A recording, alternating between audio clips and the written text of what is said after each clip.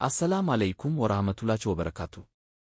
ውድ የኩ የሂዳያ መንገድ ተከታዮች ዛሬ ስለ አንድ በጣም ታላቅ ነገር እነጋገራለን። ሰዎች ስለ እኛ የሚያስቡት ምንድነው? መልካችን እንዴት ነው?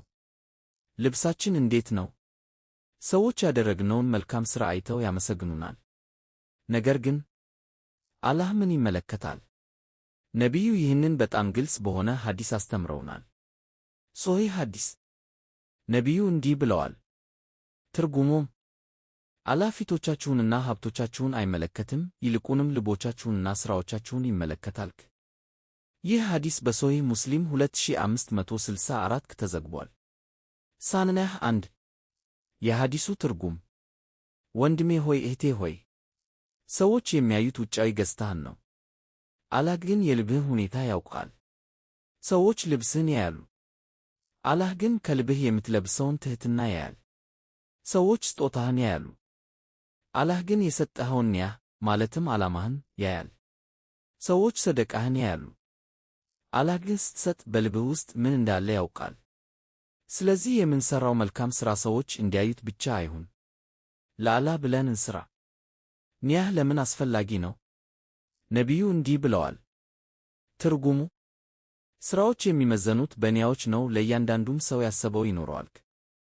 ይህ ሐዲስ በሶሒህ አልቡኻሪ 1 ተዘግቧል። ሳንናህ ስለዚህ ሁለት ሰዎች አንድ ዓይነት ሥራ ሊሠሩ ይችላሉ። አንደኛው ለአላህ ብሎ ይሠራል፣ ሌላው ግን ሰዎች እንዲያደንቁት ይሠራል። ውጫዊ ሥራ አንድ ሊመስል ይችላል፣ ነገር ግን አላህ የሁለቱንም ልብ ያውቃል። ስለዚህ ወደ ልባችን እንመለስ። አንዳንድ ጊዜ ሰዎች እንደ ጥሩ ሰው ሊያዩን እንፈልጋለን። ሰዎች እንዲያመሰግኑን እንፈልጋለን።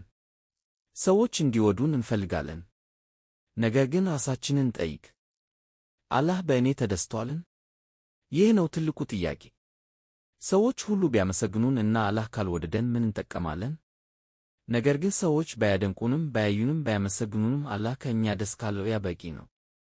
ከልብ በኋላ አንደበታችንንም እንጠብቅ። ነቢዩ እንዲህ ብለዋል። በአላህና በመጨረሻው ቀን የሚያምን ሰው መልካም ይናገር ወይም ዝም ይበልክ።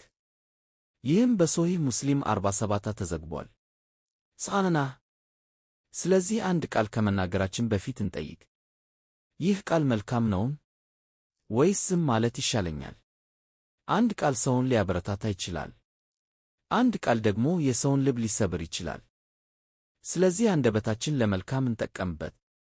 የመጨረሻ ማስታወሻ ውድ ወንድሜ እና እህቴ፣ ዛሬ ሰዎች ምን እንዳሉልን ከመጨነቅ በፊት አላህ ስለ እኛ ምን ያውቃል ብለን እንጠይቅ።